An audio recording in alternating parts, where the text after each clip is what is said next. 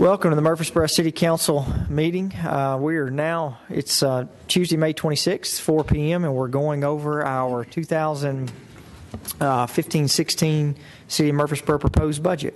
And with that, Mr. Lance, you have the prayer and the pledge. All right, bow with me. Lord, thank you for today. Thanks for all the blessings in our lives. Thank you for letting us be a part of this city and its growth and its success. God, just be with us and give us wisdom for all the decisions we have to make. Amen. Amen.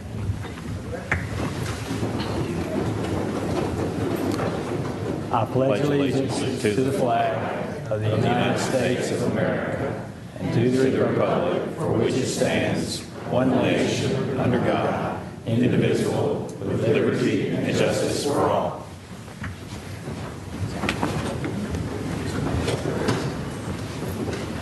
All right, it's good to see everyone. And with that, Mr. Lyons, we'll turn it over to you. Thank you.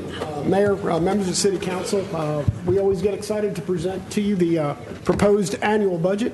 You'll recall that the budget begins and ends with the City Council with lots of hard work from our staff and our boards and commissions in between. In January, we sat down one-on-one so we could listen to you and hear what you expected in the budget, programs, initiatives, and priorities. We took that direction, sat down with our department heads, our leadership team, worked through the boards and commissions as appropriate, and delivered a document to you which we think is an outstanding budget and fiscal plan for the year. Before we get into the review, I certainly want to thank Ms. Anna Stovall, who is sitting in the middle of the table there. That position that she fills was created in last year's budget because the production of the budget, among other responsibilities that she has, is just an enormous undertaking. With Ms. Wright and Ms. Tucker very busy on software conversions, Ms. Stovall picked up the ball, ran it, and did a phenomenal job for us. I do have a quick PowerPoint. Mr. Gore will try to give him a run for his money. But let me quickly kind of set the table for all of the budgets that you're getting ready to review. The cover this year, we focused on Murfreesboro 2035. We're creating a roadmap for the city for the next 20 years. The comprehensive plan should finish up next spring. So we featured that on our cover this year. Now, as you've heard Mr. Crumley and I talk about, we believe budget's fun. You'll remember a couple years ago I shared with you that I asked all the departments to bring me a song that was indicative of their budget. So we got a chance to hear some music. You'll remember my city manager song that year was the Rolling Stones, "You don't always get what you want, but sometimes you'll find you get what you need."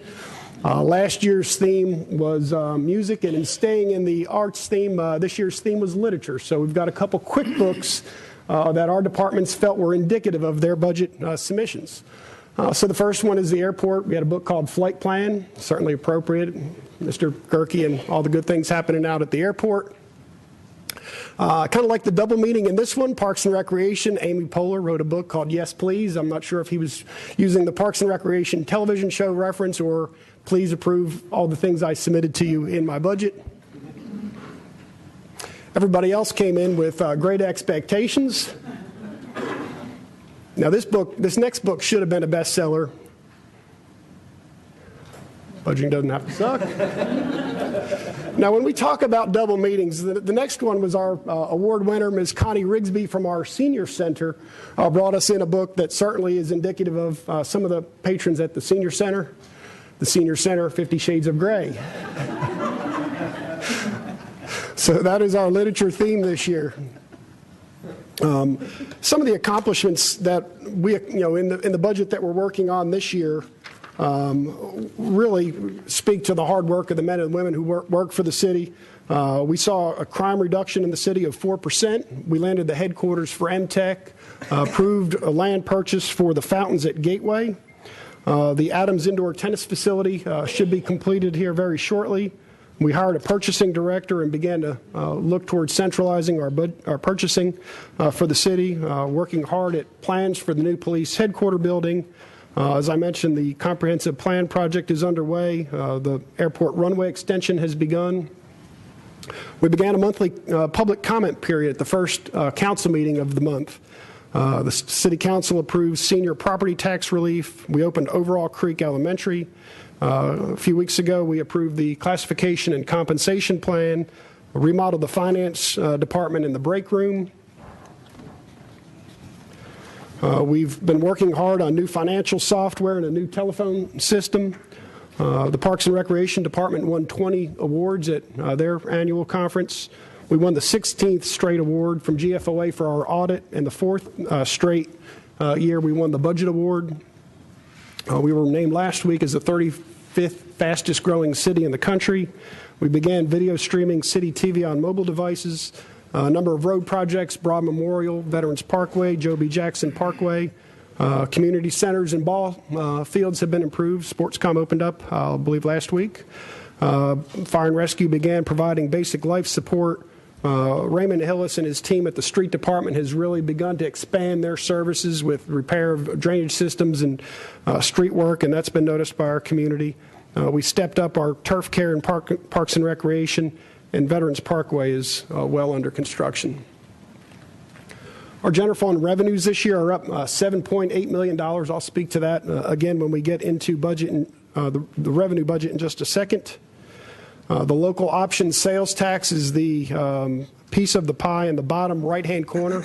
It's almost 30% of our budget is local option sales tax. That is now the #1 source of revenue. This is probably about the third, maybe fourth year that sales tax is our #1 funding source. The piece of pie in the top right is the property tax at 28.8%. Speaking of property tax revenue, I mentioned I was going to go over our general fund revenues. Property tax revenues are projected to be up $1.1 million. And our sales tax shows a 40% growth in the last 6 years. Again, that retail base that has been attracted to the city certainly is providing some of the resources for us. We show this slide every year. We typically have budgeted the use of fund balance, and that's the number shown here. We did use less fund balance in this year's budget, but the next slide, I believe, is the one that's most important, and that shows the number of times that we never had to touch fund balance and actually grew fund balance. So to explain this chart just a second, if the bar is pointing up, that's actually where we added to fund balance. So while we budgeted to use fund balance and draw it down, not only did we not draw it down, but we added to it. You'll see 2 instances in the last 10 years where we did use fund balance. The larger bar, which is kind of a yellow color, that was actually to fund the land purchase for the Embassy Suites and Conference Center. It's a conscious decision of us to use fund balance that year. And then the other negative bar was a couple $100,000 back during the recession. The remaining years, while budgeted fund balance, we actually have added to our fund balance. Our general fund expenditures are proposed to increase by $6 million. I'll break that down here in just a second. About half of your expenditures are personnel related, and that makes sense. We're a very staff-driven organization, so about half of our expenditures are related to personnel costs, 23% for operations, 4% for capital, and 24% for fund transfers. On the expenditure side, because we fund our debt over a 15-year period, we do retire our debt more quickly. We did see the largest increase this year in the budget is in debt service of a $1.5 million increase, but when we get into the debt service fund, Mr. Crumley will be able to show you how we're well within our guidelines. We did include a $500,000 additional for city schools this year. This is the first increase in, I believe, 11 years. We also had a $1.4 million increase for the police department and significant increases in planning for new positions, plus several studies that we'll highlight this year that we think will really help us plan for the future. The engineering department's got increases for Middle Tennessee Boulevard and other road projects. The communications department will be moving City TV to a high-definition broadcast, so City TV will go HD. That's being funded by a grant from Comcast, $750,000, and then additional funds for fire and rescue. Quickly go over our goals for the city, the 4 goals, and I'll hit some of the high points, not to steal the thunder of the department heads, but I thought in the context of talking big picture of what's happening in the city, we are including 4 personnel for the police department to target human trafficking and prostitution. Unfortunately, that is a growing trend not only across Middle Tennessee but nationwide. The police department wants to, while they've targeted that in the past, these additional personnel will focus on that, and we think make an impact in our community to target human trafficking and prostitution. We'll have full implementation of the new public safety radio system. The new police headquarters project will bid out later this summer. We'll have new software for fire and rescue for patient care. An extension of the Stones River Greenway, and Mr. Whitaker, when we get to the planning department, will tell you about an arts district study that we want to target in the Highland Avenue area. Our second goal is strong financial and economic health. As I mentioned, we've not increased property taxes for 17 years. This budget continues a no property tax approach to budgeting. In the city manager's office, we're going to ask for some funds to study tax increment financing. This is a way for us to look at parts of our community that may need to be redeveloped, that we can create some tax incentives and drive folks to reinvest in our community through some creative financing. No health insurance premiums for our city employees. And new software for human resources will also be very helpful for us. Excellent services and customer service is our third goal. Right now, our development review process is somewhat manual, so we're going to look to unify the software for planning and building and codes to provide a more streamlined and efficient process. We're going to continue our service excellence and STARS program. We want to get more information from our customers and look to fully deploy a customer service survey form. We've got $2 million for repaving streets and develop a shop and restrooms at Bloomfield Links. And engaging our community, our last goal, the comprehensive plans had widespread community interest and input already, with more work to come. We'll look to have another class of the Citizens Academy. Unfortunately, we weren't able to do that this year, but we'll plan on getting another class of the Citizens Academy going this year. And continue to use social media and employee engagement to talk about what's happening in the city, get input about what's happening in the city, and move us forward. 2 more slides and I'll be done. These deal with our compensation. Over a 5-year period, Murfreesboro's, with this budget, would have total raises totaling 18%. Again, that leads the state of Tennessee all 5 years individually and cumulatively as well. And the last slide is this year's pay increases. There's several communities that are also doing 4%, a handful of others at the 3% range, and some other communities doing less. Again, I think that shows our commitment to the hardworking men and women of the city. Once your budget's approved by the city council, we put it in their hands to get the work of the city done. So, Mayor, that would conclude a brief overview of the budget, and we'll be glad to turn it back over to you. Do you have any questions for Mr. Lyons?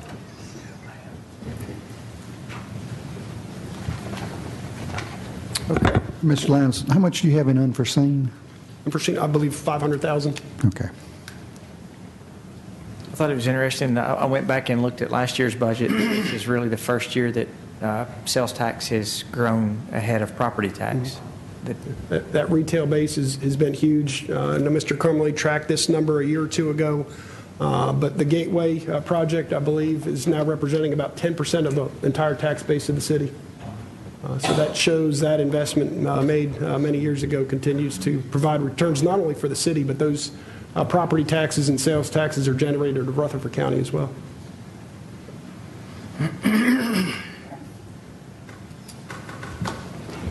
Okay, we'll move to page 40, and we'll go into general fund revenue. Mayor, I hit some of the high points. I'd be glad to answer any of the questions that you might have on revenue at this point. I've got it.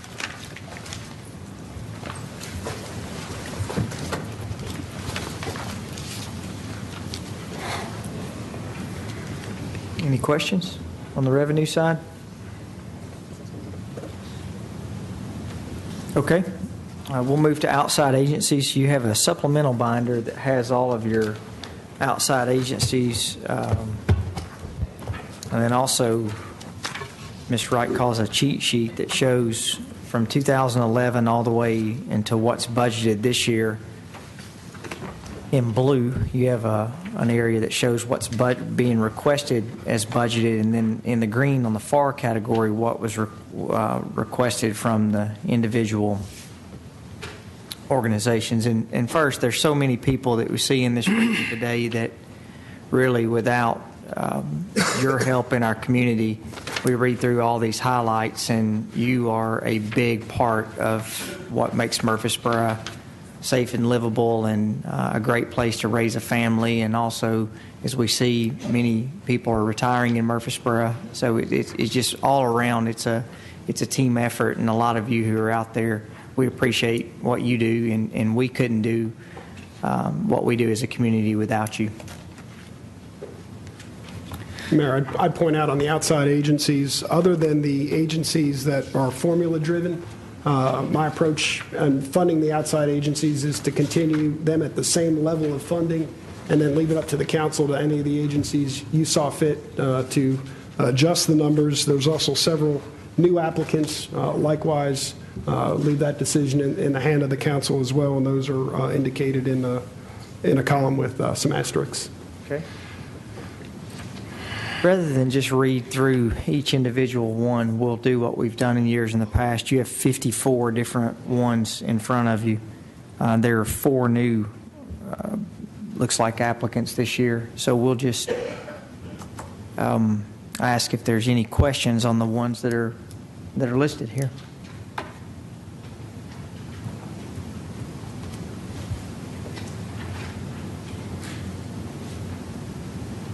Rob, would you explain to us the criteria? I know some of the requested agencies, 4, I guess, were turned down, 1 was accepted. What's the criteria, and what makes one different from the others? Well, I think, Mr. Smotherman, what we've generally tried to do is, the council in the previous year had set the level of funding for outside agencies. I've left those at the decision that the council made the prior year, and then also, show you other agencies that would have applied for funding to, give that discretion up to the city council. We provide all of that to council, the applications. Councils in the past have set a limit of $2,500. Whenever you approve someone new, that's the most you approve the first year. And then after that, once you see the success of how they used your money and you choose to change that, you can do that after that first year. And I guess my point is, one of them, the very last one at the bottom, number 54, is coming in at the $5,000 mark. Should it be $2,500? That's what they requested. Yes, they should have only requested $2,500, but if you choose to fund them, $2,500 is where we would have started. Right. But that last column is the request, and as you'll see on several of them, they don't equal what they've been put into the budget for this year. So are they a 0? Right. They're at and 0. They're at 0. They're in there as a new applicant, and, Right. and because they've never applied before, Ms. Lovern tried to indicate with new applicant next to it so you'd realize it's brand new. Right. And some of the others have applied before, but at this point, they have not been funded. And I guess if I could, I would like to make that particular one that I've discussed here, number 54, I would like to bring them in at the $2,500 level. And what I'll suggest now, this is the time to discuss those things, but we wouldn't actually make any budget changes until we've had our public hearing. But we can certainly note that for our paperwork and bring that back to you at the time after we've had our public hearing, I imagine you'll have some other things you'll want to address between now and then. Right. And we'll bring them all back to you at that point, and you can vote on them one at a time. So we appreciate that direction, and it's being noted as I turn and look at Ms. Stovall. So. Okay, thank you.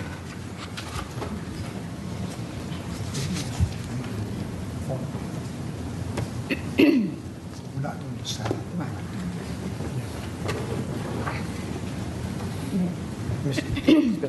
Yes, Mayor, council members, item 38, Dr. Martin Luther King Scholarship. This organization has raised over $80,000 and helped over 500 students. And the money given is given directly to the students, and they've been in existence over 30 years. And I would like for us to consider giving them their requested amount. Take a look at that when we look at the rest of them. They've raised over $850,000 from the community, helped over 530 students and with scholarships. So I would like to see us consider taking them up to the requested amount. That's $6,000. Yes.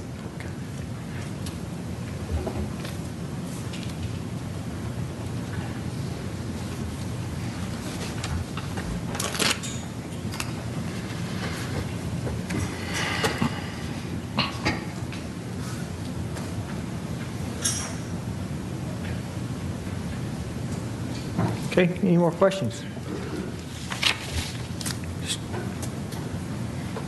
Just trying to look at these things, Rob, and I don't know if it's, I can't just do the math right now. Maybe I could have done it, but just looking at it doesn't look like that much. But if we try to bring the newer ones in at 2,500, if that's sort of the protocol, looks like we've got 1, 2, 3 that are under the 2,500 right now. Jesse Beasley, Second Harvest, and is that Greenhouse as well. leadership? Greenhouse. Yeah, Greenhouse is at 2,500, isn't it? 2,000. Yeah, it's hard to see those lines. They're at 2,500. I think it's the one right above that. Would it be worth considering? It looks like that's only you're only talking about a couple of $500 increases. Maybe just to standardize it a bit, we get those increased to the minimum or to the introductory level. Is that only for the ones who asked for 2,500? Because some of those are under 2,500, but they Yeah. didn't increase their request. I think that makes sense, yes. So only the ones who asked for the 25. Yes. And that are already funded. Yes. We're just making our Thank you for wishes the known clarification. tonight. Correct. So, this is alerting the council to what some of the council members feel like is important and things that we need to do. But we'll review this again. Yes, you'll see a list following your public hearing in June that'll list things that are either corrected or requested by the council to change, so that following the public hearing, you'll have a complete inventory of what we've heard back during our budget review sessions for y'all to vote on.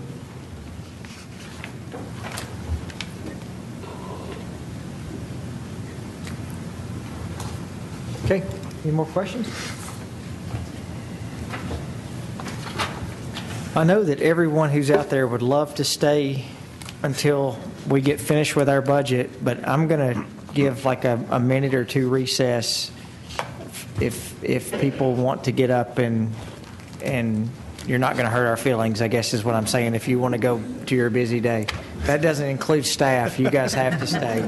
So thank y'all for everything you do, and thank y'all for coming. What did Bragg say? Free to go, free to stay? Yeah. I would think Paul Latour would probably want to stay. You have to stay, Mr. Latour. Just as a good faith gesture.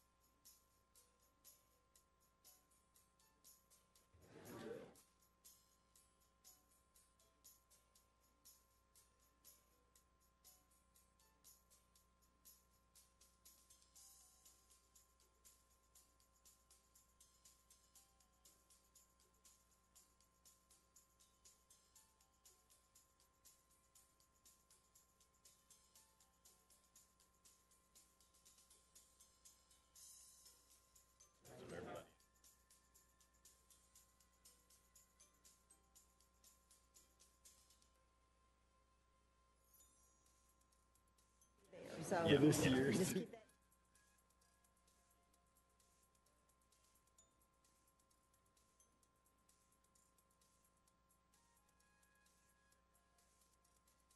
Okay, we'll move to the Evergreen Cemetery. It's in a supplemental binder under the green tab.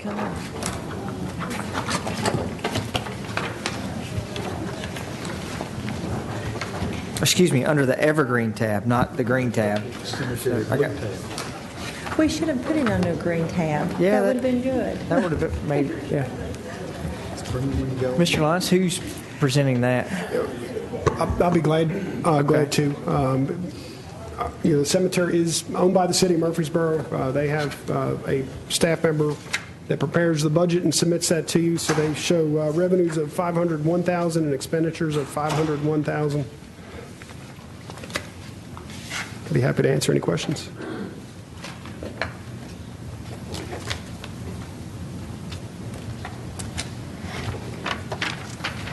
Any questions? Okay, we'll move to the Solid Waste Department. Good evening, Mayor and City Council. War Eagle, Mr. Smith. Oh, it's 100 days till we kick off in Arlington at the house that Jerry built with Wisconsin. At 8:30, I believe, 7:30 Central Time. All right, not that you're counting the days. It's awful close to Ohio State. The Solid Waste Department last year collected a little over 33,000 tons of residential garbage and collected a little over 30,000 tons of yard waste last year. And we will be actually increasing in both areas this year due to some extraordinary growth that we've had. We've actually averaged the first 4 months of the year a little bit over 71 carts out delivered to brand new homes. And so far this year we're probably close, tracking to almost 25 to about 20 tons, 20,000 tons of yard waste collected. And after that, the budget itself, we've just increased a little bit over $11,000 from last year. And have any other questions, I'll be glad to try to answer them. Mayor, you had made some comments earlier about an alternative plan when our knuckle booms get so far behind. Yeah, well, we had talked about, Mr. Lyons and Mr. Smith, about maybe doing some kind of competitive bid like we do with our other, like the Rollins contract or some of those, that when we do hit those peak periods that we can't catch up, can we bring in other people? I think what I've understood in the private sector, there may be some of the mobile machines that can mulch there at the curb, but in terms of any private sector firm that's got the big claw on the knuckle boom, we just don't see that so much. So that's been part of the challenge. But seeing what else we can do to get some additional resources. This year was unusual. Hopefully we won't run across that again. But it's Middle Tennessee, and we have weather, and it very well could. We understand the desire to get it picked up as quickly as we could. And, to Mr. Smith's team's credit, they were working just as hard as they could, but the volumes were double what we saw last year.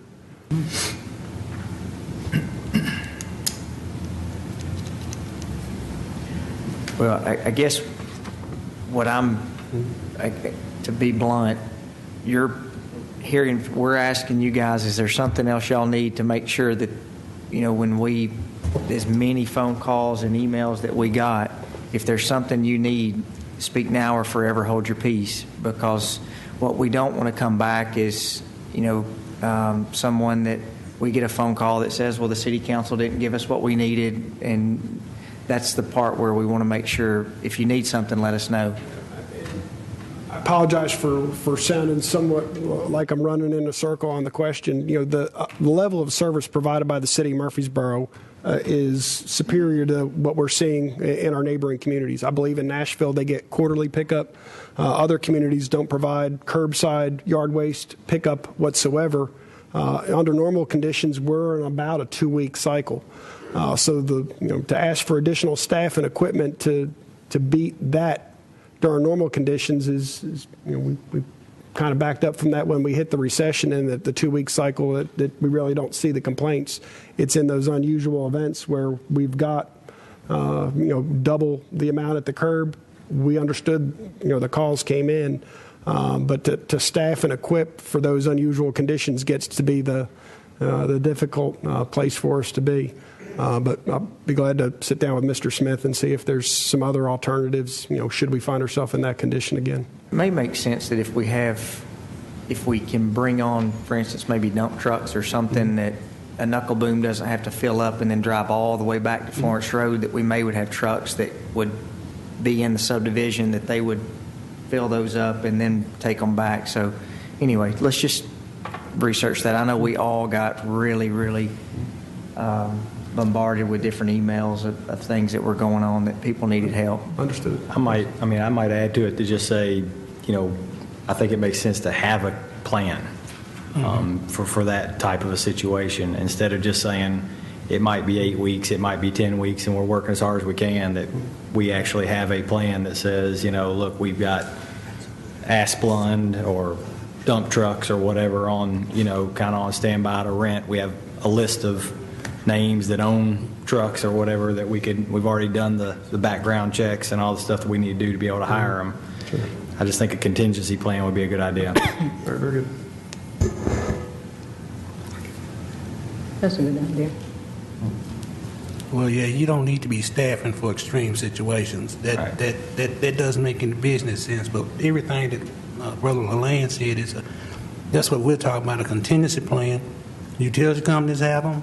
When you get tornadoes and different extreme situations, and we can't do that by ourselves. So there's a plan, and you call them in, they do what they do.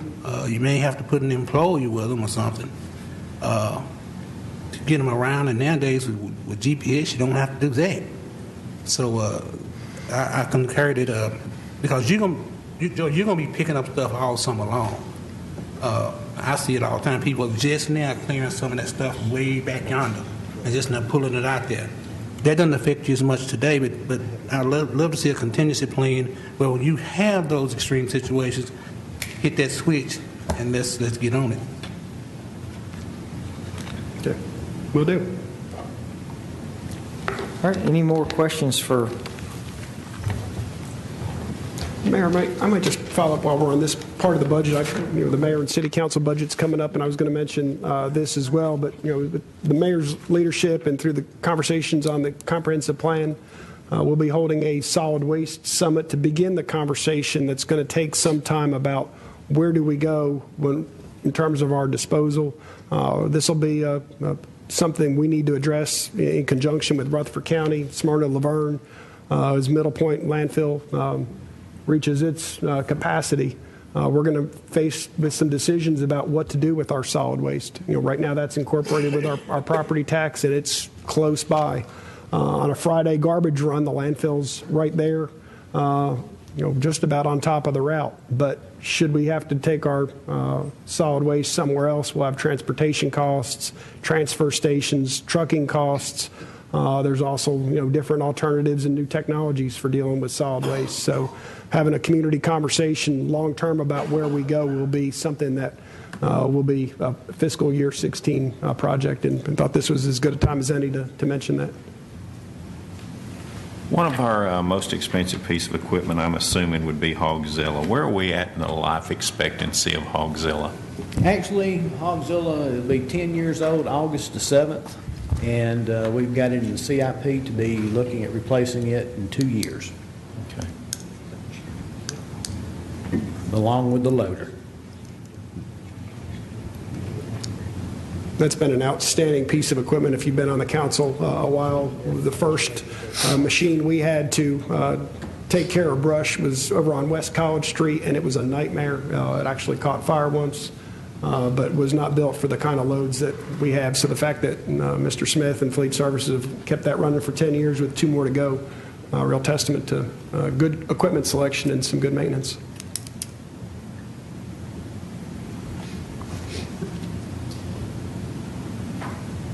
one of the things that we keep reading about, and it's not a very fun discussion to have, but when you look at, we're at 4.6 million in solid waste, and this is something I think that council members, we can start hearing about, and hopefully the solid waste summit will be something that we talk about. But where we get into a number that keeps going up is how we, when we look at property taxes now 29%, sales taxes 30%, how we keep providing the service, but we also get closer to making it revenue neutral, and that's something we're going to have to talk about, because this number, we don't know what it will be 10 years from now. I mean, it easily could be double this, but not a fun thing to talk about. In many communities, that's a fee for service, like your water and sewer bill.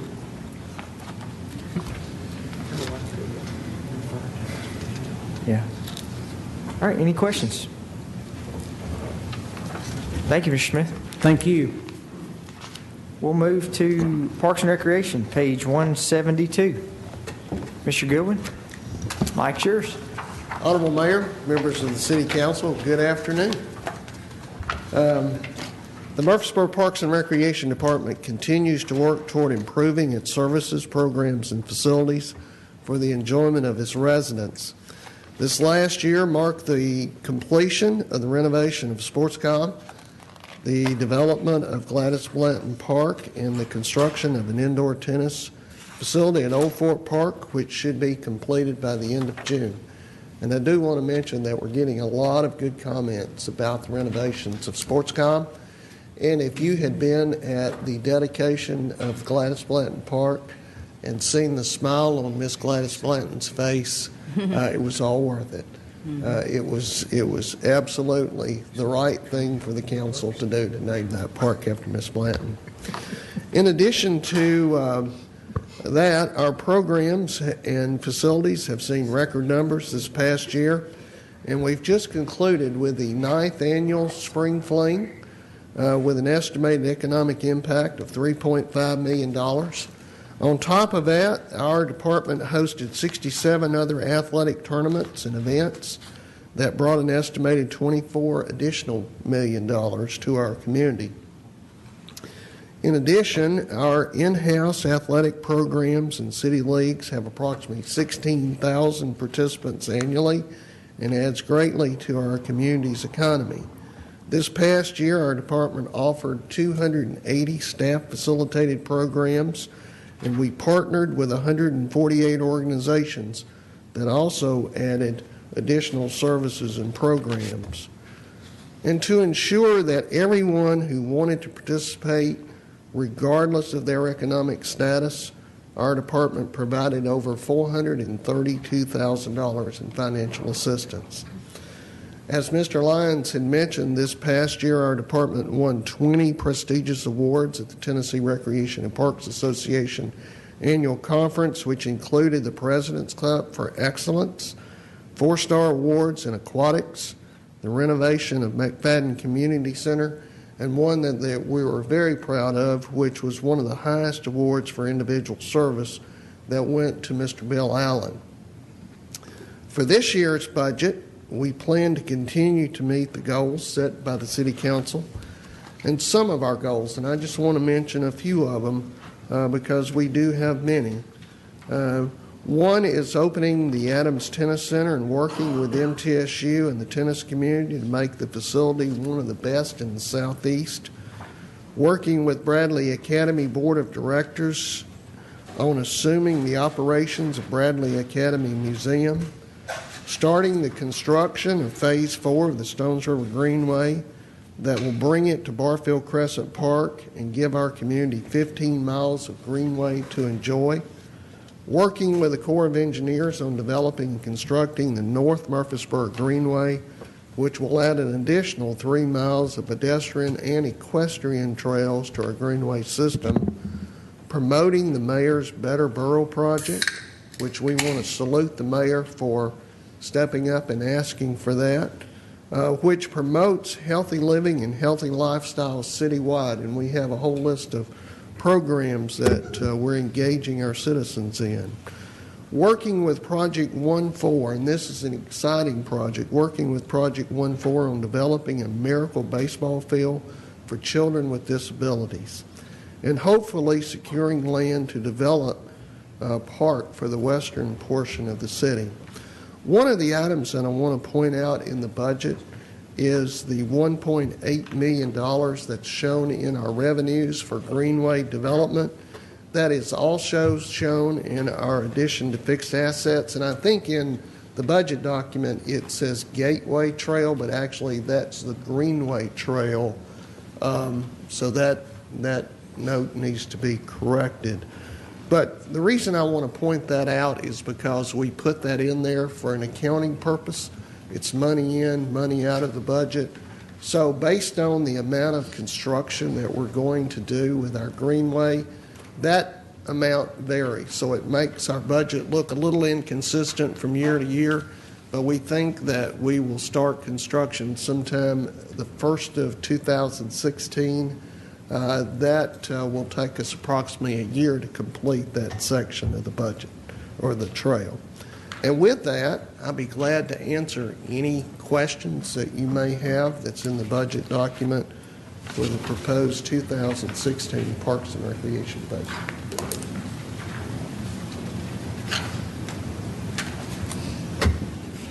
You all are doing a very good job, Lanny. I never saw so many people so happy when you all open.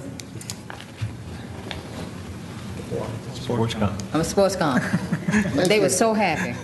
They were so, I mean, I go over there and they're in their little groups and they say, we are home, we are home. And they really mean those senior citizens. They love it. I did not know that they went to SportsCom like they did. They do, and it's a very big group. I mean, it is a big group. It's a huge group of seniors. You have a Monday, Wednesday, and Friday group and a Tuesday and Thursday group, starting at 6 a.m. Yeah. And they were very happy to get Oh, yeah. back. Yeah. Very good job.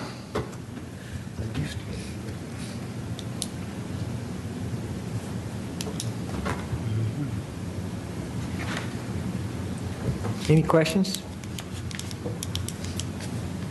Mr. Goodwin, thank y'all for so much for what you do, and I know that a lot of times you and a lot of your staff are the faces of the programs that go on, but like this weekend at Barfield Park, there were people working that were there picking up trash and raking fields and running concession stands, and so we appreciate what everyone does, and that's not to mention all of the outside organizations who help run our facilities. So. That's exactly correct, Mr. Mayor. We have some great volunteers. I mean, you look across the board, I mentioned the 16,000 additional people in outside leagues and in our in-house program. You know, we had 142 teams in our basketball. We had to have at least 2 coaches in each one of those. So, you know, people come to Parks and Recreation and they really give their heart to making improvements to our community, whether it's cleaning up the Greenway or, you know, working in the concession stand like you said, or volunteering for one of our special events. They're always there. And this weekend, you know, is a great example. There were 250 plus teams at McKnight and Barfield that a lot of them were not from here, so they were eating and buying gas and doing all kinds of different things in our community. So that's correct. Yeah. Thank you for what you do. Thank you. All right, we'll move to page 57, and we have the mayor and council. Yes. In previous fiscal years, the mayor, city council, city manager, and finance director were all bunched up in one budget when we're breaking up. We've had, with the new software, we feel it'll be better to track our expenditures if we divide those sections up into individual budgets. So the mayor and council is shown on page 57. You know, primarily it's going to be for the personnel costs, your training. We also centrally budget the city Christmas gift certificates that you provide city employees. They're housed in the mayor and council budget as well. We had a lot of success this year with the Murfreesboro 2035 and the Mind Mixer website. So we've programmed some money for that community engagement for the city to contract for a service like Mind Mixer, where the city council and staff can direct questions to our community to get them to talk to us about what they want to see. For instance, we get ready to do a particular park project. We can, put a question out to our residents. What are the amenities and activities you'd like to see in that park? And we can have the residents talk to us. So we think that'll be a success. Other goals this year will be finish up the comprehensive plan. You'll be recruiting and hiring a city attorney with Ms. McGannon's retirement. And as we mentioned before, studying some of the solid waste issues before us. So with that, Mayor, I'd be happy to answer any questions on your budget.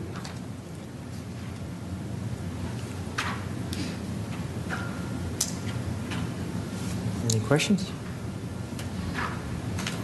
Okay, we'll move to the city manager's office, and we'll note that your budget's a lot bigger than our budget.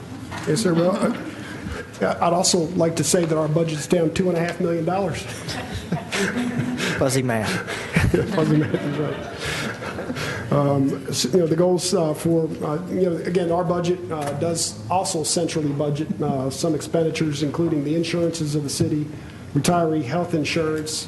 And then I mentioned the open a study of tax increment financing district. There's parts of our community that we think are primed for redevelopment. So the mayor and I have met with a firm in Nashville that's going to help us look to see what can we do to incentivize redevelopment in our city. We've seen lots of greenfield development, and that's certainly been good for us, but we want to make sure we can pay attention to our downtown neighborhoods and other parts of the community that may be a little bit vulnerable, and so we've included that in the budget this year. We'll also be recruiting and hiring a fire and rescue chief with Chief Gaines's retirement, continue to focus on customer service.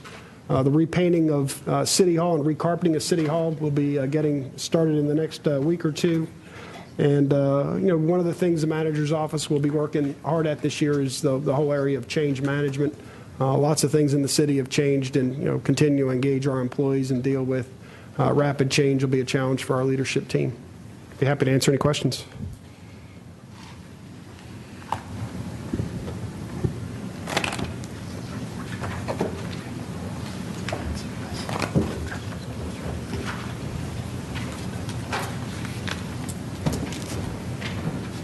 Any questions?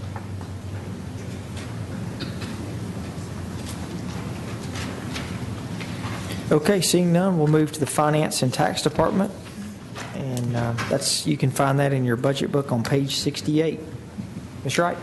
I think what I'll draw attention to in our budget, in addition to the things that the city manager mentioned earlier about our budget awards and our annual audit report award, is our big projects have been software related, and they will continue to be as we go into the new year. We hope to begin implementing our new modules of the software we purchased last year, and that's going to be phased in. We want it to be a successful launch, and so we do plan to launch those in increments so that as each increment comes on and we have that working properly, we'll continue to plug in the new modules. In addition to that, we will be implementing the senior tax freeze that council asked that get added. We'll start that this fall, and we'll coordinate that with our assessor's office and our trustee's office, who have very kindly going to assist us on the application process.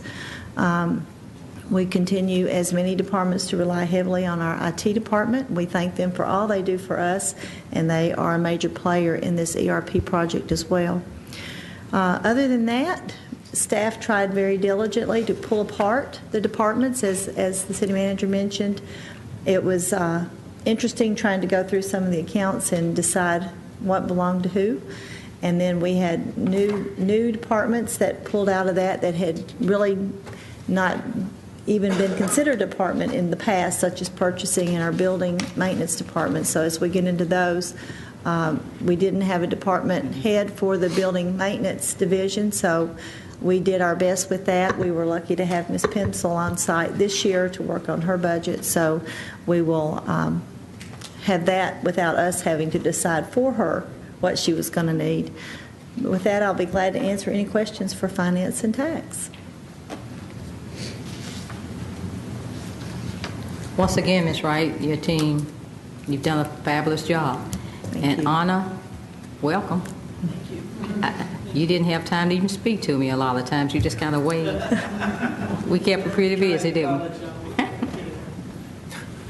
I say it all the time, we have great people here in all the departments, and I rely heavily on my staff.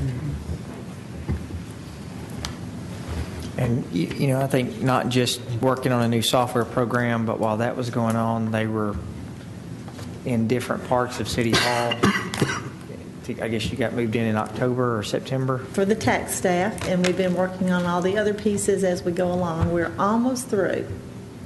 One more room to go. So really have gone above and beyond. So great job to all your staff. Thank you. Any questions? Okay, we'll move to the presentation of the first purchasing department budget in the history of the city of Murfreesboro. Thank you, Mayor and City Council. For the purchasing department, as you all know, it's a very new department, so I wanted to go over what our mission is going to be.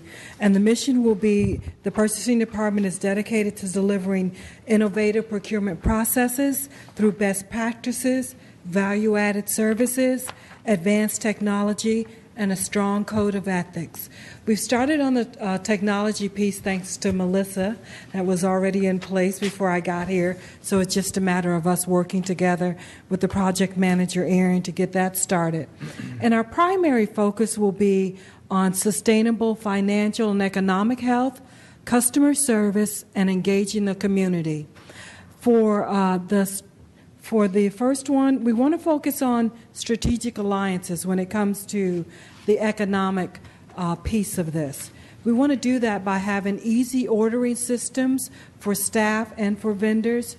We want to promote competition and institute what's called best practice.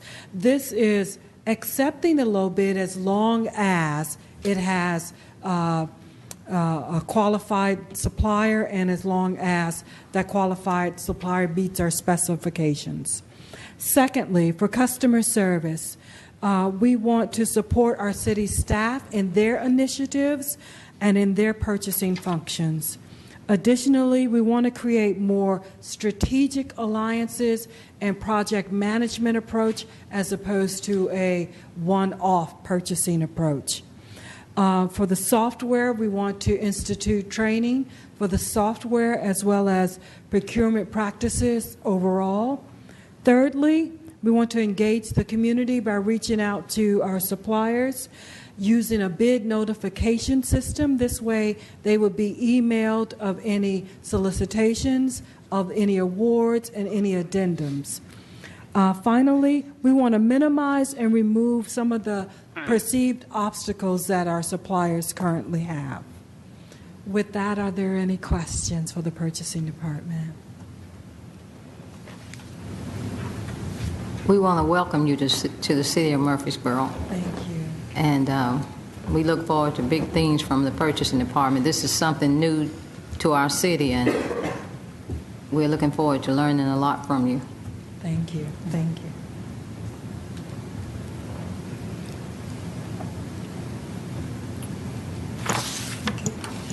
Any questions? All right. We'll move into general government buildings. It's located on page 78. This is where we're going to be centralizing the maintenance of the city departments. We centralized IT, then we centralized our purchasing, and this is the next in our centralization as the organization gets bigger and more sophisticated to try to put all of the various buildings under one leadership. Just made a hiring decision on the director there. We feel like we've got an excellent person to help us in that direction. But again, as Ms. Wright indicated, this is one of the areas in the budget where there isn't any history.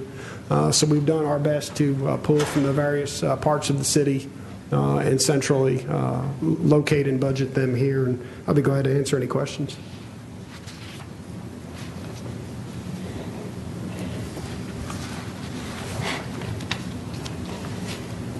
Do we feel like that there will be some opportunities by centralizing this that we may even be able to save some Yes, sir. funds by bringing everything in-house? I think you'll see savings in two different areas. One will be the centralized purchasing of just the janitorial supplies.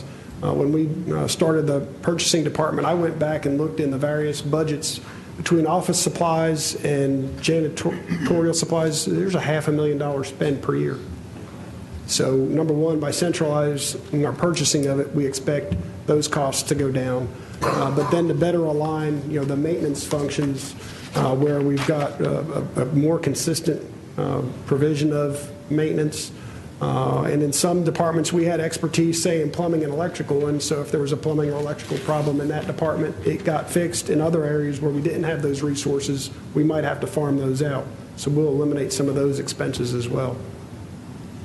I think there's some definite low-hanging fruit there, both in terms of cost as well as performance. I might add to what Rob said on the expenses on page 81. These are mostly have been in the administrative department before. We're hoping this person will be over citywide, the buildings, but when you look at the electrical and the building maintenance and those type items on this page, that's for this building because they used to be in the city manager's administrative budget, so we pulled those out. But we do think in the time to come, we'll probably pull more and more under this budget, but for now, they've been left where they are. Senior citizens building maintenance is in the senior citizens department, for example. That way we can better identify where those costs are related.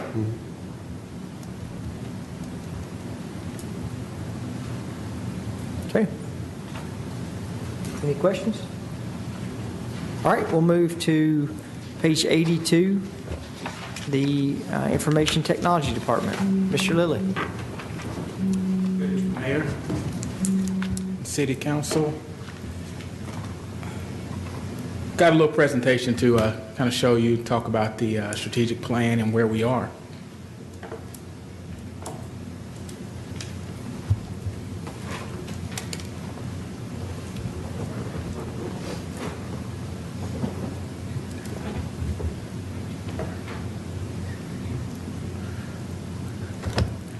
As we look back on the year, we have made several accomplishments, and the list is pretty long, so we're not going to bore you with the list, but we have had several implementations. We'll hit the highlights, kind of talk about a few of them, and then I'll sit down. One major accomplishment is that we did go into a search for a new ERP system. And we did decide upon Tyler Technologies' Munis system as our new ERP system. We've been working on implementation for that, and you'll see more about that in the next couple of months. A couple of projects that we've been working on. We continue to improve the phone systems citywide. We've gone to an extension system where we can dial any of our buildings within the city using internal extensions. So we continue to upgrade that system and try to make that system as best as we can so that we can increase and improve internal communications.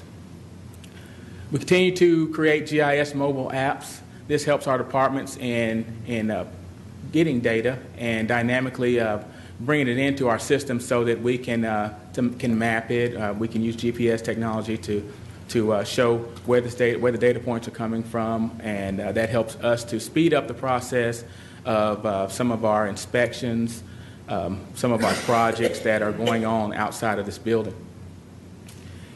And we also upgraded our smartphones. Of course, a lot of you know that's a moving target. Seems like when you think you're as smart as you can be with a device, they bring out something that's smarter. So, we've seen where flip phones came out, then we heard about the smartphones, and the smartphones got smarter, and then Apple continues to upgrade, and now we've got watches that are supposed to be smarter than the phones. But we're constantly looking at the devices that are out. We don't just go out and pick them, but we do find what's beneficial for the city and for our departments, and we make good decisions on what can help us to be more efficient. Over the last year, we have replaced over 270 PCs and laptops throughout the city. These were laptops and computers that had reached end of life, or they can no longer support the operating system, which is now the lowest system, Windows 7. Windows, of course, you know from last year, Windows XP was sunset. So we continue to replace on the life cycle, but we've been pretty busy in replacing the ones that we have replaced. And that also, that does not include over 100 MDTs that we've replaced in our police and fire automobiles. On the strategic plan, where are we now? Just give you an update on where we are. Our advanced customer billing system for water and sewer went live last year, and we continue to enhance this program. We've added a function called Intelligent Voice Response, or IVR, that allows our customers to access their accounts over the phone. So that extends our counter hours. So that's been a big accomplishment on our billing system. Finance, our ERP system, is projected to go live this year in July. We also have a projected go live of our payroll and human resource systems in October. And we're actually going into our implementation of our court system. We don't have a projected go live as of this point, but we continue to work on that. Where are we now?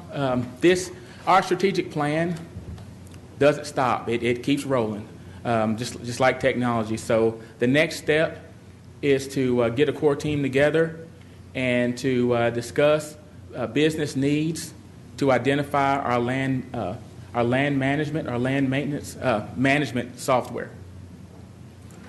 The approach we'll use is our technology strategy planning approach, where we identify where we are today, where do we want to go tomorrow, and how do we get there. Land development system that we will be choosing, it covers several different areas of our departments. It deals with permitting and land management and licensing. This tool will allow us to communicate with our customer, not only by phone or by counter, but also by smart device, so that when we know that everyone's on the go now, we want to make sure that we are approachable in all ways. And that will be a huge project for us. You know, in my intro, I talked about us being the 35th fastest growing city in the country. It's a tool and a resource like that that's going to be a real difference maker for the architects and engineers, for developers and business owners, as well as our staff, to be a whole lot more efficient and to be able to communicate the status, to make sure we're hitting deadlines. So that'll be a big project for us this year. So what are some of our goals for this next fiscal year? City of Murfreesboro has teamed with Rutherford County and MTSU, Middle Tennessee State University, in what we call a UAS consortium. UAS stands for Unmanned Aircraft Systems. I know there's a lot of news about the systems and how they can be used efficiently commercially and also public use. So we are teaming with MTSU, who has implemented a new major in this area to identify ways that we can use these UAS systems to do more work efficiently within the city. Some of the potential uses, just the first uses, and the uses are endless, but are law enforcement, firefighting, disaster assessment and relief, training, GIS mapping, utility maintenance, and facilities maintenance. Where are we in the process? There's been statewide interest in the use of UAS systems for government use. We've met with several areas about this because there's a lot of interest in the IT field, not only the IT field, but also other departments within the city and also within the state. So we've met with TDOT, and we've talked with, of course, MTSU and Rutherford County and several other municipalities about how UAS systems can be used in some of our departments. Development of the UAS project is on the forefront of this program. We have made several advances in this area. First off, we've purchased a test unit. It's a unique Q500. We've registered this UAS with the FAA as an official aircraft. We've applied with the FAA for a COA. Now, these are all areas where you have to do this type of work in order to test. So it's kind of one of those chicken and egg, but you have to purchase the device, register the device, and then get on their list to be to even train or test for this device.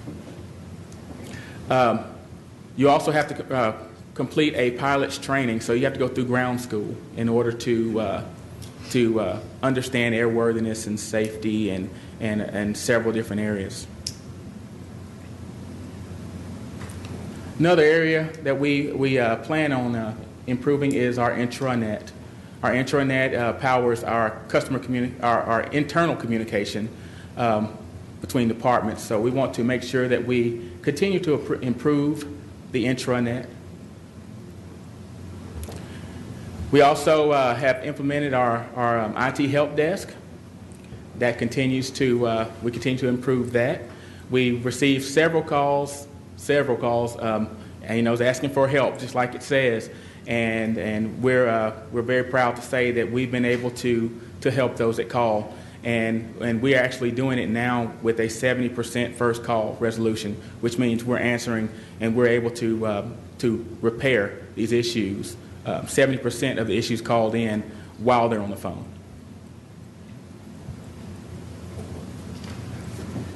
As we hit upon some of our goals from last year and from this year, with our strategic plan, there's an immediate need for additional resources.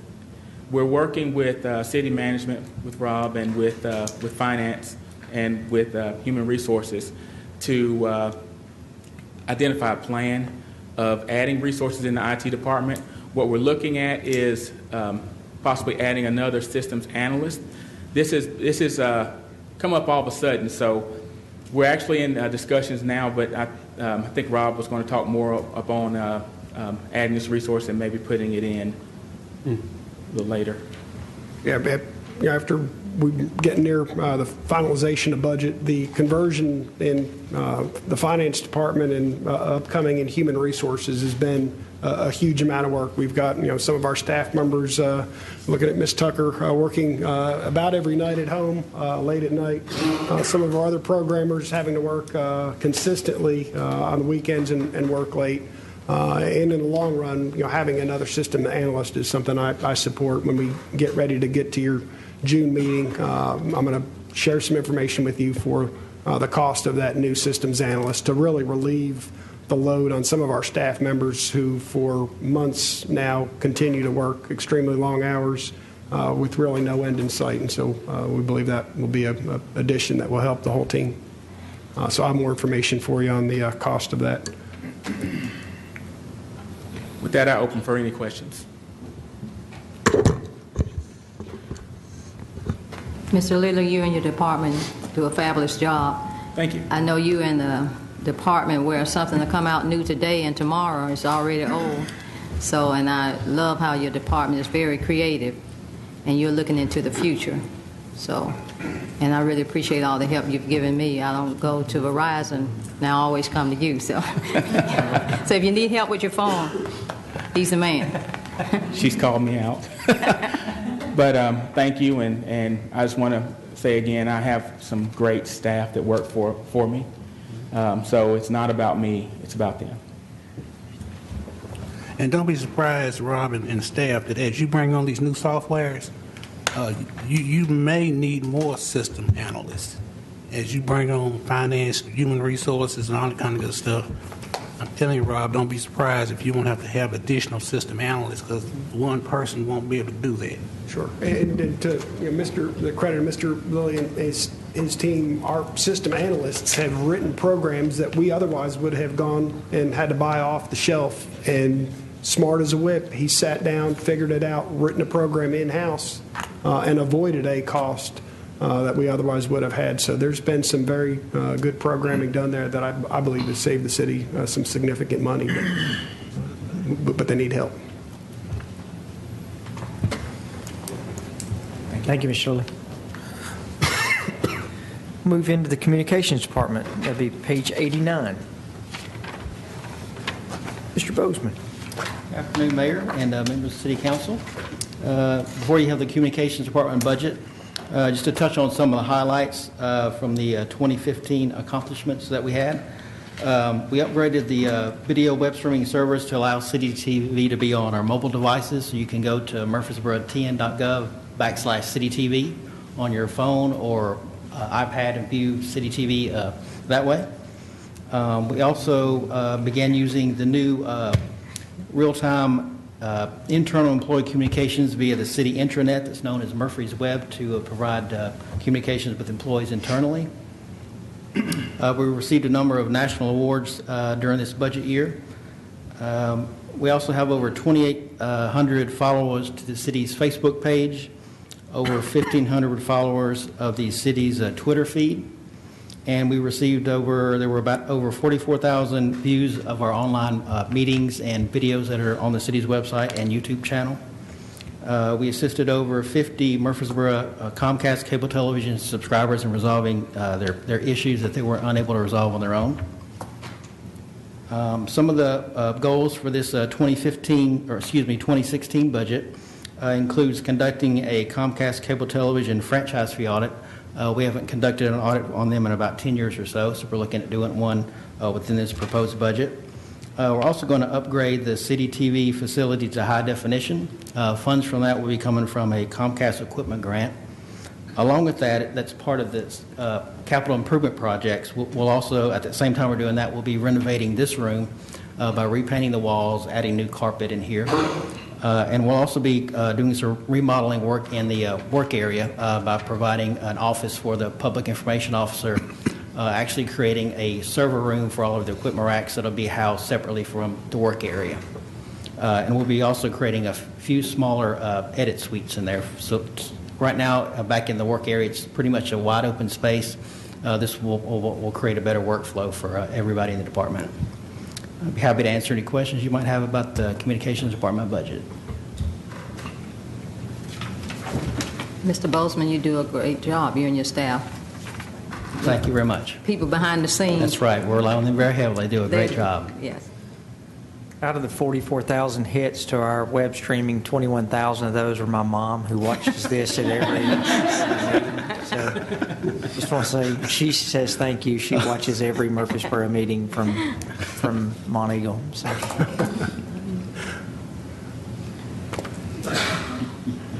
Any questions?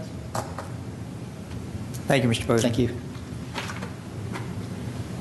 We'll move to the Legal Department, page 95.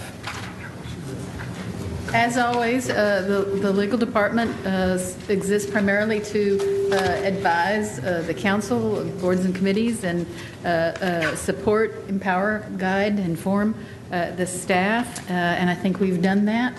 Historically, I don't list the accomplishments of the legal department because most of those accomplishments are best kept quiet. That's why they stay accomplishments and not controversies. So I think you're aware of some of them and can speak to me privately about the others. We don't have a substantive change in the document in front of you. There will be a substantive change when you get the budget items to add, because the finalization and announcement of my retirement was after I'd made my initial budget submittal, and adding cost for a successor in salary has not been done, and so that will be the bump that you'll see when you look at other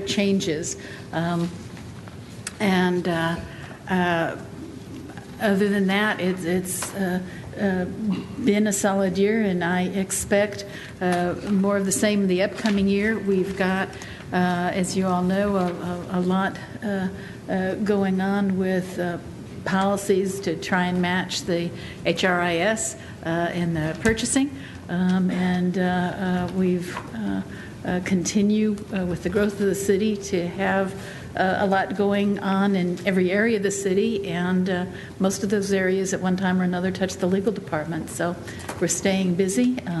The hope is that with Althea's presence, we'll be able to free up some time for non-purchasing things, but we'll plant the seed now for next year, depending upon how much time gets freed up. I think you may be needing to look at another lawyer as the city grows, just because the volume of work continues to grow. I'd be happy to answer any questions. And then to talk about the risk management budget.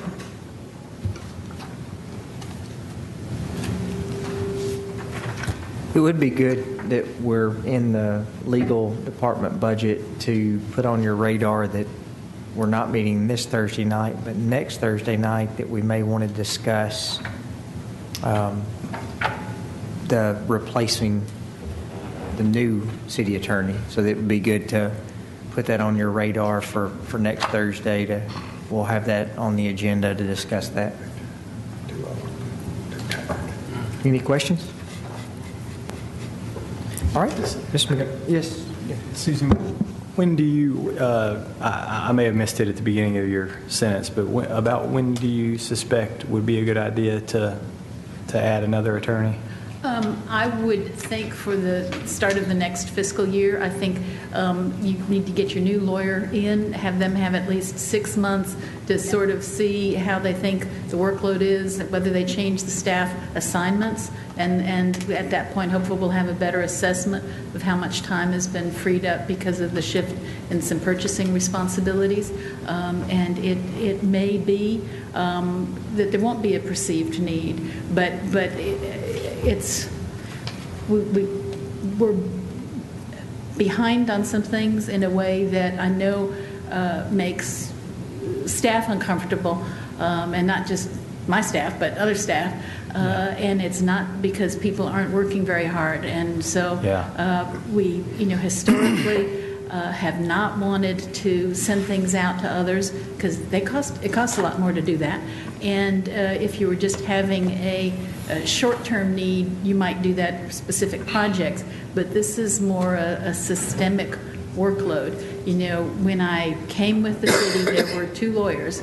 Well, we were also, about a third of the size.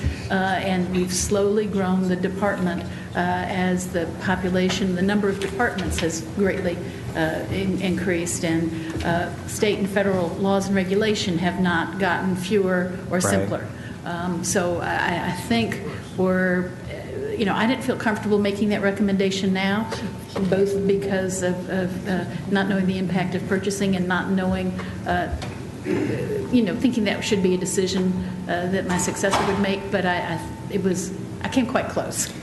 Well, I want to ask you this. I don't know if it'll, I value your opinion on this, so since this is the only chance I'll get to ask you as it relates to a budget item, I do want to ask you this. Some of the, I guess just what I've seen over the last year of being here is, I think just like any corporation, we have this, there's just going to always be a lot of litigation, there's going to be some litigation that's involved. And I guess the question would be, do you have a sense that, are we able to perhaps maybe fight some of those fights a little bit more with another attorney and be less likely to feel the need to settle or that kind, is there any kind of, and I just, this is an opinion I think is I don't think we've made a litigation strategy decision based on workload.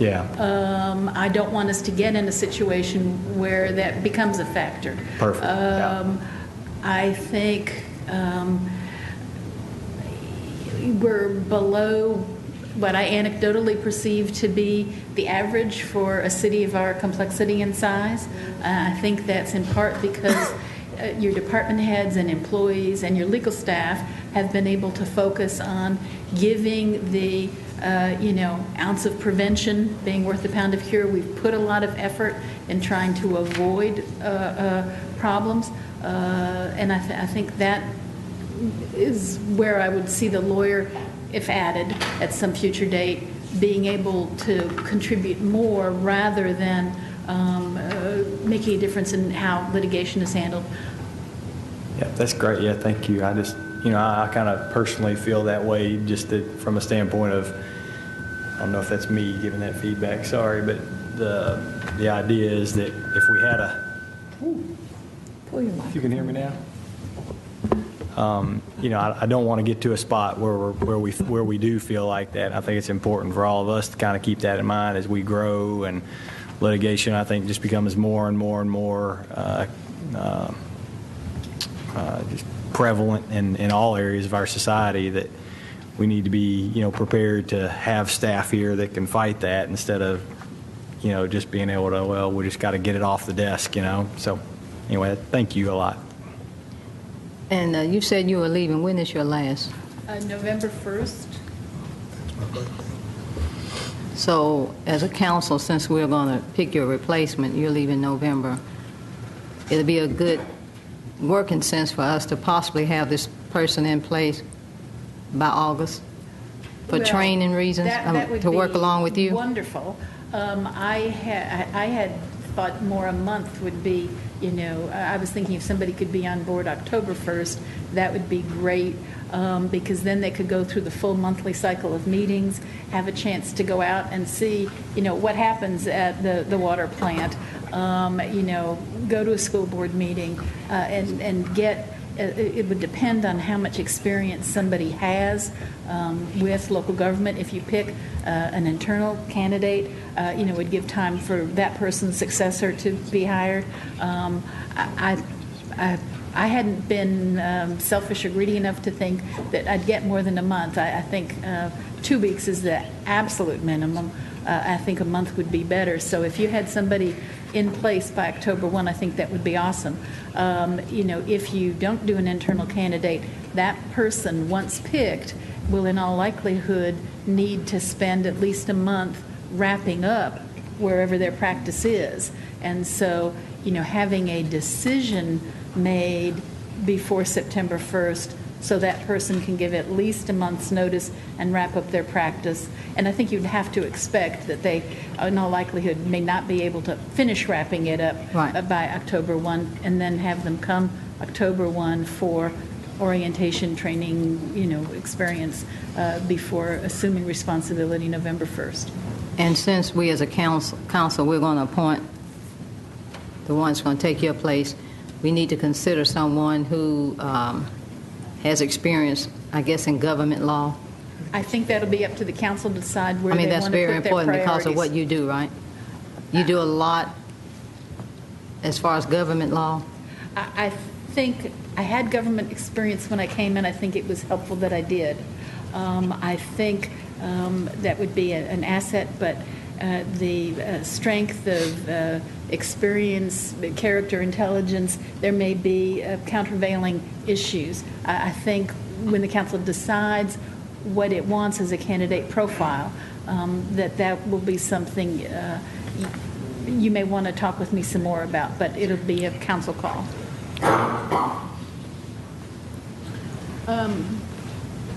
Risk management. Risk management on page 252. Similarly, it does not reflect any, drastic changes financially or in staff or in operations.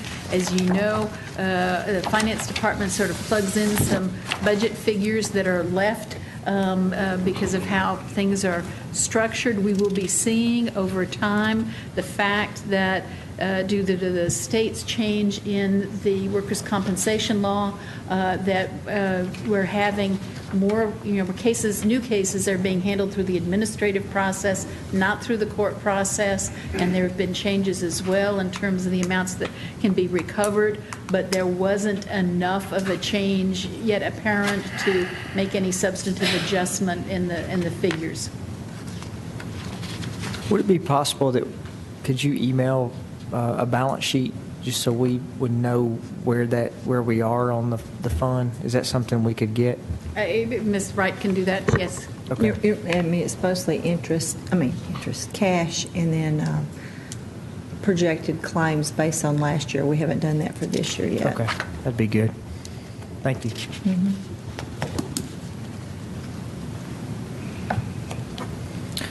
All right. We'll move to the Judicial Department.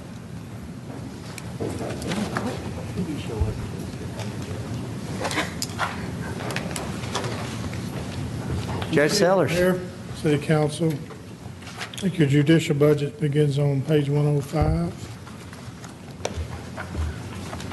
We don't have any substantive changes from last year. I'll just be glad to answer any questions you may have.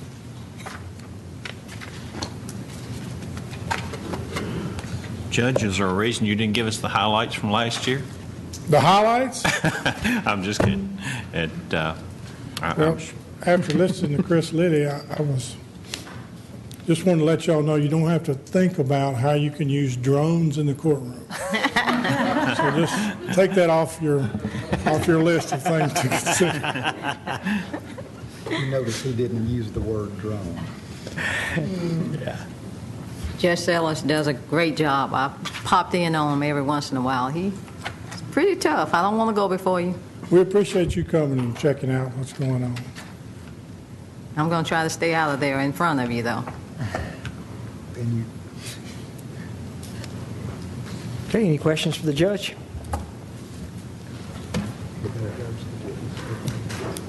All right, thanks, Judge Sellers. Thank you very much. We'll move to the Human Resources Department. That'll be page 99.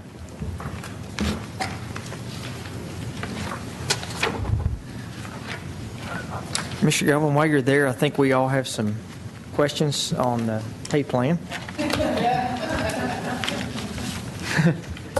Fire away.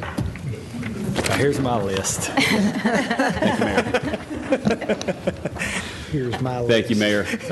It's a pleasure to be with you all this evening, and I'm very proud to present the Human Resources budget for FY16 on behalf of the HR team.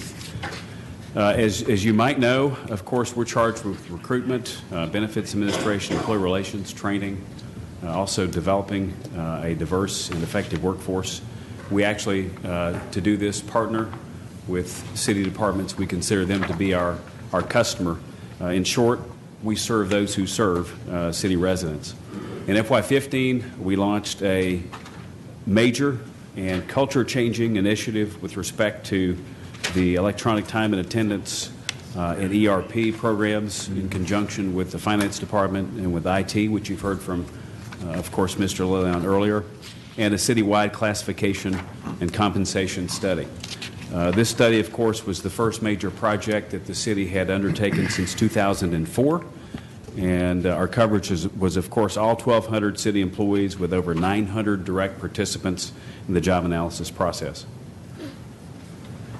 As well, we began the project, of course, with the ERP platform with a coordinated effort and launch upcoming of Tyler Munis with tax and finance, and as has been mentioned earlier this evening, our go-live date is October 1st. And so as we get closer to that October 1st date, I think you will begin to see Ms. Russell and Ms. Sharp begin to take on personalities as Ms. Wright and Ms. Tucker have been for the last 6 to 8 months. Very involved effort on those two, so my compliments and thanks ahead of time. Perhaps the largest coordinated effort that took place in the past was the successful consolidation of the semi-monthly payroll cycle that touched over 800 city employees, was seamlessly executed by this team, as well as an introduction of pay cards. And almost 100 city employees currently receive their paychecks via debit cards. Again, not a single city employee payroll was missed, and that's job 1, 2, and 3 for this department. Moving forward to some of the goals that we are, of course, charting for FY16, and working with our city departments and internal customers, we will continue our work with both the police and fire departments in maintaining the EEOP programs. We will also continue to work in the project area physical abilities testing and related studies. When it comes to strong and sustainable financial and economic health, compliance with all relevant aspects of the Patient Protection and Affordable Care Act. And you might, of course, continue to see articles about compliance terms with respect to items like the Cadillac tax in 2018. We are on course, of course, to maintain that compliance picture at this stage. Focusing on per employee per month costs associated with our health insurance, stop-loss coverage, and other coverages. Ms. Russell will be following my presentation with some remarks in just a few minutes about FY16 for employee benefits.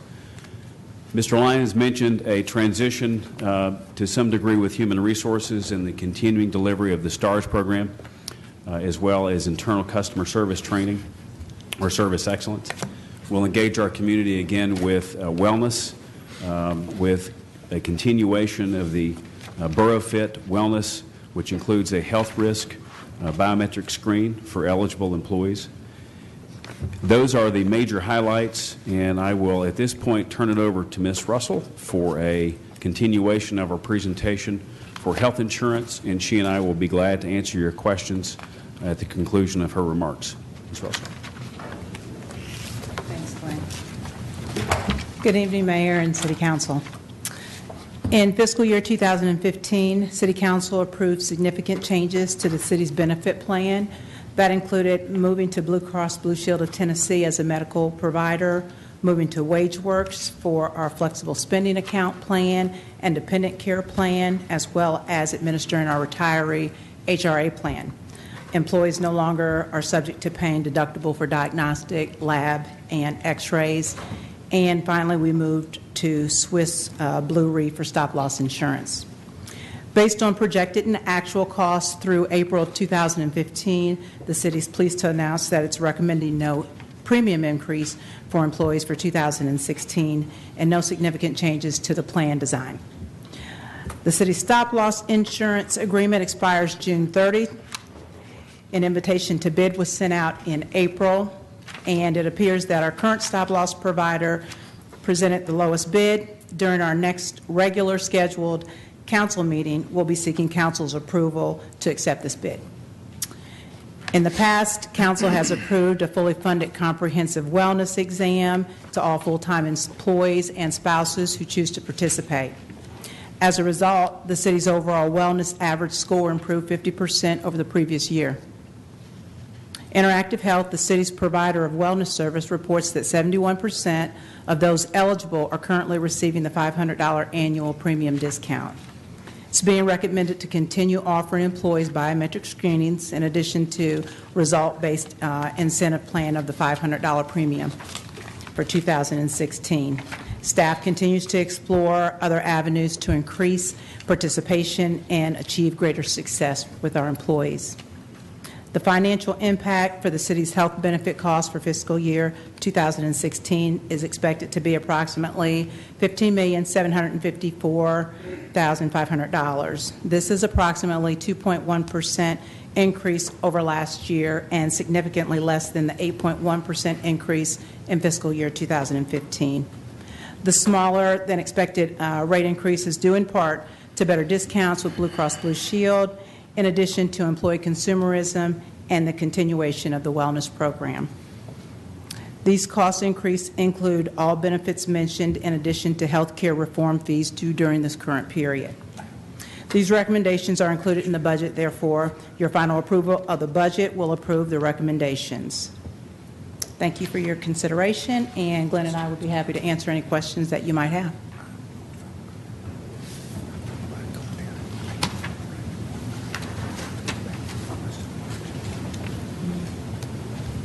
Any questions?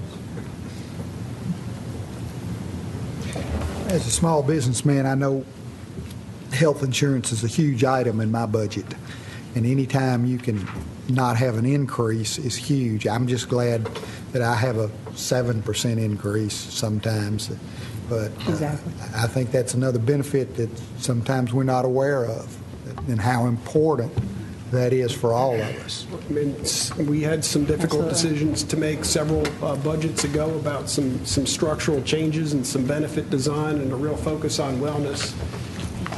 The reason why we've got the 0% increase has been efforts and decisions like that. A little bit painful at the time, but we believed long run it was going to continue to serve our employees well with excellent coverage, but also protect the financial risk to the city. So these tough choices are paying off. That's huge.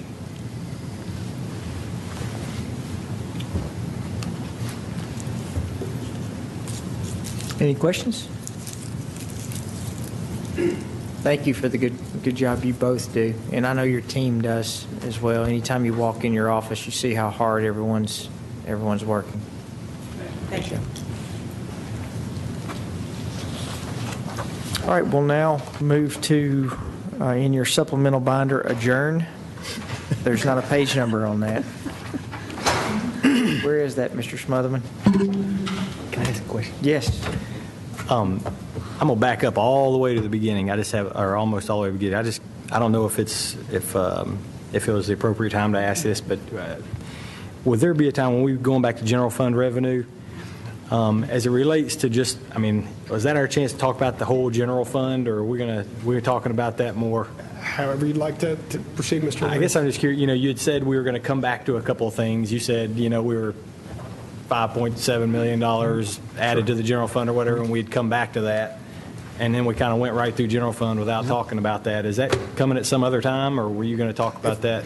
If you've got a question, I'd be glad to try to answer it now. I guess I was just asking what you were going to, what else you were going to tell us about it. And then I guess part of my question is that at one point I had a conversation with you guys, I believe, and we're just kind of talking about how much do we just continue to keep adding to the general fund as it relates to if we're I didn't see where we were adding $5 million, but if that's what we added, should we consider as a council adding $4 million and paying off $1 million extra debt this year? Just kind of some things like that, as opposed to just continuing to build. I think I saw that we were right at about 50% or 6 months of expenses. That's at 100% expenses.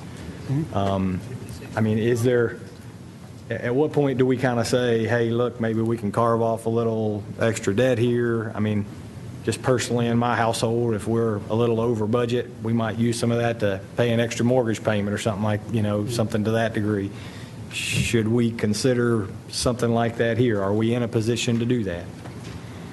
The city, has continued to perform, very well financially. Every year before we get done with budget, we like to say to you, just because you approve an expenditure doesn't mean that we're going to run out and spend the money. I charge our department heads to manage their resources, get the job done asked for by city council, and certainly, unless there's good reason, not go over budget, but try to be conservative in their expenses, and that has served us well.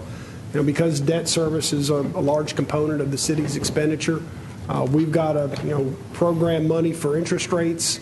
We've tried to be a little bit more in keeping with what happens in the market, but if the interest rate market went up, we don't want to leave ourselves caught short there either, because we do have about half our debt exposed to variable rate. That tends to be one of the areas at the end of the year where we have the biggest gains. But on the revenue side, we saw a $3 million jump in sales tax and a $1 million jump in property tax. So I guess, one of the things that I'll say that I did like, one of the charts that you showed earlier, which was kind of how much we've been budgeting to spend out of the general fund. And of course, we haven't hit that, but because we haven't really hit, because we've been going the opposite of that and adding to the general fund balance, I think it was appropriate and correct to at least start to squeeze that number a little bit, to where instead of continuing to budget for $5 million being spent out of fund balance, let's at least try to get that going back towards what would be more kind of a true balanced budget, instead of having some deficit spending kind of in the budget. And we took that into consideration. I know we talked in our budget review sessions about how do we want to the philosophy about how we approach the use of fund balance, and we did trim that back some this year. But again, we do, while I don't expect interest rates to go crazy on us this year, we've got, a significant amount of money exposed to the variable rate market. And this budget provides for that. If the news continues to be good in that area, then I suspect we'll continue to see some positive numbers there. But I don't, my crystal ball is not perfect. Ms. Wright may want to add to what. Well, in the debt service fund, we only budgeted at 1.5% for our variable rate. So he's right.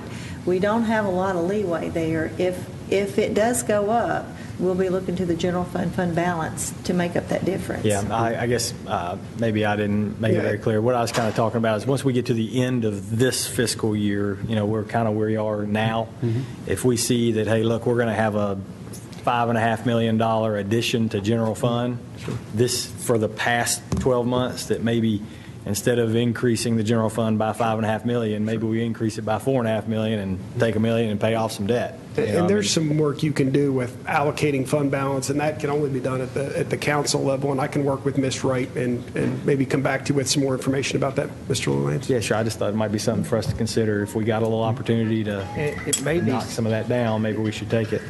Something else that we, going on that, it may be where, because a lot of the debt that we have besides the variable rate, I guess we can pay that off if we want to make an extra principal payment. But what we could do is use the money that we have for general fund to not borrow. So if we said, because a lot of times we're paying for engineering and things up front, it may be a year or so before we try. So that may be a good way that we look at, instead of borrowing money for a project, we've got that set aside to do that as well. Either way. And we've leveraged that with the state very well in road projects, where we pay for an engineering study on a road project or do the engineering on a road project, and that moves us up a little bit, and it also speeds up the project. Yeah. I guess I'd just like to get to a point where if we can, if we're budgeting to borrow $40 million this year, and I don't know that's not the number, but I know if it's, if we're budgeting to borrow 70, that either we back it down to 69 and not pay down what we're existing, or we pay down some existing. I just don't want it to we just continue to build, because we do, I think, ultimately want to get to the point where we can have the continue to squeeze that yearly budget number to where we're not budgeting fund balance if we can, too, that, which will help. So thanks a lot. Yeah, that's good stuff. All right. Good meeting. Absolutely. I'd like to make a motion that we adjourn. Well, I want to say we've got several members of the school board that I see. Mr. King, Mr. Campbell just walked out. We've got your seats warmed up for you. They're ready to go. Yeah, it's ready to go. Have a motion to adjourn. Second. Have a second. Adjourn.